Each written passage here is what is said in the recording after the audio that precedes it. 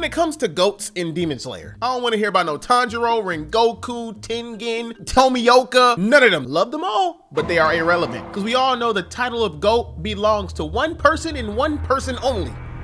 Yoriichi. That's why he's the GOAT! The GOAT! Whoa, calm down, Jamal. Don't pull out the 9. Today's video chat, we're gonna be reacting to what if Tanjiro had Yoriichi's power as a kid. Very interesting topic. Tanjiro, you pretty much finished the game. You beat it on the highest difficulty, no diff. There's nobody stopping you. I may not have Tanjiro's sword, but I got somebody in his place. I got Rengoku, I got Zenitsu's, I got Inosuke somewhere. It's not in here. I gotta go pick it up. I think it's in my car, I believe. Yeah, besides my gun, I got them pieces in the trunk. Don't touch my trunk unless you want to get cut up in pieces by my pieces. Perfect! Most shonen main characters are ridiculously overpowered, and often end up surpassing their allies by massive margins. Tanjiro from Kimetsu no Yaiba is not quite like that. Even though he has sun breathing, a hard head, and an indomitable will, he's closely matched by his peers such as Zenitsu, Inosuke, Kanao, and Genya. But what if Tanjiro was a prodigy from the moment he was born? In today's video, we'll explore what would happen to the Demon Slayer story if Tanjiro was born with Yoriichi's powers. Now first up, let's establish what exactly Yoriichi's powers are. Being born with the Demon Slayer mark, Yoriichi had incredible physical prowess. Bro was cooked from the start. He had the Demon Slayer mark off rip. He knew his destiny inside the womb. With his speed and power even surpassing adults when he was just a child. On top of that, Yoriichi was a sword-fighting prodigy, and could beat the masters of his time when he was just 7 years old. Together with his strength, Yoriichi's combat skills allowed him to fight multiple demons at the same time with little difficulty. But on top of that, Yoriichi was also naturally capable of maintaining the selfless state, which made it impossible for demons like Muzan to sense any kind of killer intent from him. While the selfless state threw off the demon's attacking intuition, Yoriichi could also access the transparent world, allowing him to see his enemies' vital points. This gave Yoriichi the ability to predict attacks before they were even made and deal critical strikes to demons, while they struggled to keep up with him. And that brings us to the Taisho era, where Tanjiro is born with all of Yoriichi's powers. The characteristic forehead scar we see in the anime is replaced by a proper Demon Slayer mark, which his parents misinterpret as just an unusual birthmark. While Tanjiro's freakish abilities do catch his father's attention, they don't get noticed beyond that, as the Kamado family spends a pretty sheltered life. However, seeing Tanjiro's potential inspires his father, Kamado Tanjiro, to teach his son the Hinokami Kagura dance at a very young age, as his body appears to be tough enough to handle sun breathing. So when his father passes away, Tanjiro continues the tradition of the Hinokami Kagura, right up until his family is attacked by demons. Now this is where things change radically, because when Tanjiro returns home after the attack, he's actually able to restrain Nezuko and defend himself, despite her newfound strength. When Giyu turns up and sees that Nezuko is a demon, he's actually more amazed by how well Tanjiro is handling the situation. He steps up and tries to break up the fight and slay Nezuko, but that's when Giyu notices something strange. The boy is ridiculously strong enough to even resist a Hashira. Giyu realizes that this is no normal child and directs Tanjiro and Nezuko toward the former water Hashira, Urokudaki Sakonji, who will properly restrain Nezuko and train Tanjiro to become a swordsman. Once again, even Urokudaki is surprised by Tanjiro's prowess, as he masters all the forms of water breathing in just a couple of months, instead of 2 years like in the original timeline. Because of this, Urokudaki actually alerts the upper ranks of the Demon Slayers, and he himself tells Ubuyashiki Kagaya about Tanjiro and Nezuko. As a result, the Kamado siblings are summoned to meet the Hashira right after the final selection, and before Tanjiro even receives his Nichiren blade. Now this goes just as you would expect, with Sanemi deciding to test Nezuko just like he does in the original timeline. At first, he's a dickhead. Like, a nigga gets on my nerves. But then over time, you learn to just like tolerate him. You know what I'm saying? I don't know. Could be just me. He stabs the young demon and then slices his arm, taunting her with the scent of his blood.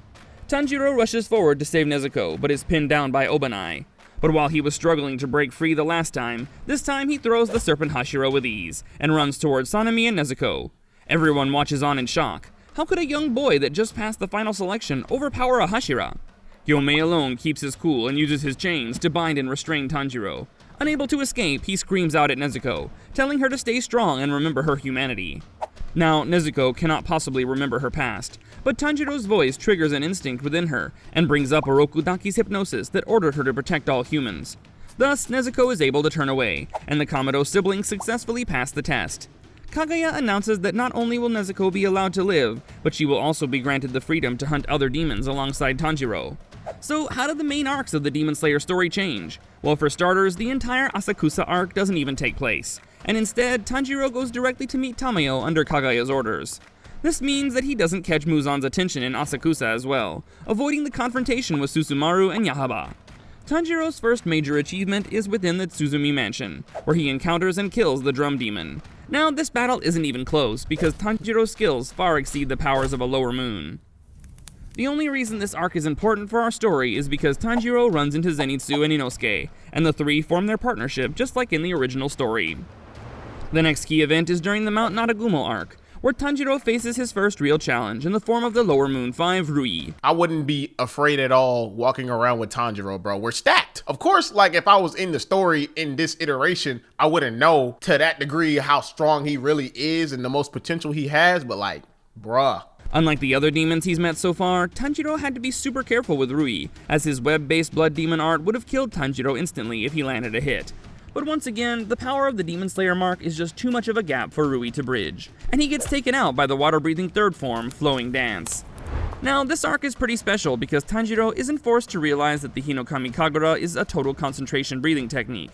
Furthermore, Nezuko doesn't awaken her blood demon art either, because she never had to jump out to save her brother. Yep. The reason this completely changes our story is because Tanjiro has performed a Hashira level feat by killing Rui.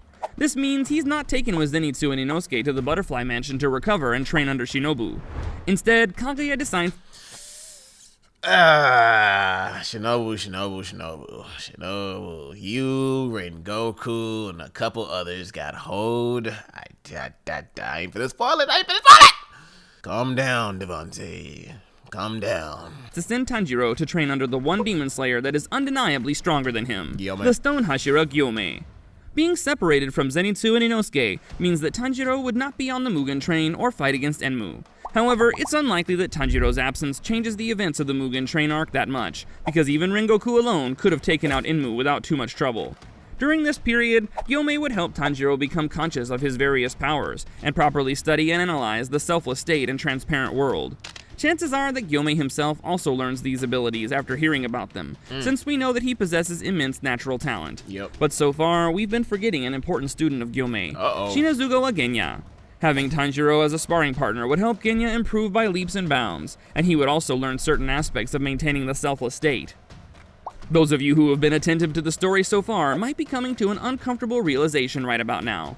If Tanjiro is off training with Genya and Gyome, does that mean he doesn't join the Entertainment District arc? Seeing how it's not an official mission, and Tengen just turns up at the Butterfly Mansion searching for 3 girls, it's pretty clear that Tanjiro and Nezuko won't be joining the fight. But that's a disaster scenario for the Demon Slayers, because Tanjiro's sun breathing won't save the day. I'm about to say, he was such a pivotal role in that because of his sun breathing. Sun breathing is no joke. And Nezuko wouldn't be able to beat up Daki and reverse Gyutaro's poison with her blood demon art. This means that not only Tengen, but Zenitsu and Inosuke are also killed in the Entertainment District arc. Tanjiro is devastated when he hears the news, and doubles down on his training. Fearing that his obsessiveness was getting out of hand, Gyome sends Tanjiro to accompany Genya as he travels to the Swordsmith village. Now, this is where we converge back with the main timeline, as Tanjiro and Genya participate in the Swordsmith village arc just like they did earlier. Even though both Tanjiro and Genya are much stronger than they originally were in the Swordsmith village arc, Han Tengu's forms are still strong enough to give them plenty of trouble. You also have to remember that Nezuko is much weaker in this timeline, and trying to protect her is the trigger for Tanjiro to switch from water breathing to the Hinokami Kagura. Yep.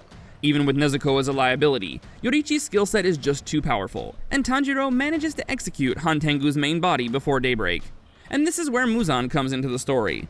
Earlier, the Swordsmith village arc ended with him witnessing Nezuko's immunity to the sun, but this time, he sees the sun-breathing demon slayer with the Hanafuda earrings through Han Tengu's eyes, and is struck by a feeling of absolute terror. There's barely any time for the Hashira training arc to take place in this timeline, because Muzan's response to witnessing Tanjiro in action is both swift and deadly. Very. Just when the demon slayers recover, Muzan strikes at the Ubuyashiki mansion. But just like in the original timeline, Kagaya and Tamayo launch their contingency plan to poison and damage Muzan. But our timeline changes considerably when the Demon Slayers are dropped into the Infinity Castle. You see, even Muzan himself was no match for Yoriichi in his prime. Yep. Now, with a few years of training behind him, Tanjiro isn't quite at the same level of prime Yoriichi, but he's certainly strong enough to take on any of the upper moons on his own. Yep. But you also have to remember that Gyome is stronger as well, meaning that this dynamic duo becomes even more ridiculously overpowered than in the original. What this means for the Infinity Castle storyline is that Kokushibo and Akaza get taken out with very little damage done to the Hashira and 0 casualties. Now, Shinobu will still die during her battle. Yo, she got done so dirty, and he was talking hella shit while beating her ass. It was insane. It's probably something I would probably do if I was fighting somebody. With Doma, and Mitsuri and Obanai will take some damage against Nakime, but the final forces that fight against Muzan in the Sunrise Countdown arc will be considerably stronger. Now things are looking good for the Demon Slayers, but you also have to factor in Muzan's trauma. Imagine seeing the image of Yoriichi in Tanjiro's face, but this time he's accompanied by a bunch of Demon Slayers that are incredibly powerful in their own right. In this timeline, Muzan probably decides to escape after realizing that Tamayo's poison has severely nerfed his healing factor. However, unlike with Yoriichi, the Demon Slayers are right there to take out any part of Muzan that Tanjiro misses. With their combined efforts, the Demon Slayers brutally hack at Muzan as the sun comes up, resulting in a victory that almost makes you feel sorry for the Demon King. I don't feel sorry for shit. Die. What the hell? Come on, man. So what do you think of this timeline? Is Tanjiro too overpowered to have a compelling narrative? Make sure to share your Nah, I don't necessarily think that he's too overpowered to have a compelling narrative. You can definitely make something out of this story. I don't mind it, hell. A couple important people to me died, but hey man, that's just how the story goes. We ain't gonna talk about at the end what happened. If you know, you know, but it's just is what it is. Just like the original story, they can make something shake out of this. It's just that the stakes have to be raised to a higher degree now that he's stronger and has different abilities at an early point. Let me know what y'all think about this video in the comment section. I ain't really have too much to say because I wanted to hear him out, and when I don't got nothing to say, I don't say it. And yes, I will be continuing the Hinokami Chronicles Demon Slayer 2 story mode. Don't worry, it's coming. Trust. Finally! With that being said, I'll see y'all in the next video. Shalom. Hey, listen. Rose petals on the floor. The one from my dreams, and you're with me right now. Mi amor. Mi corazón te quiero. Right here and now, I'll give you a taste. Snake princess, I'll be your gift.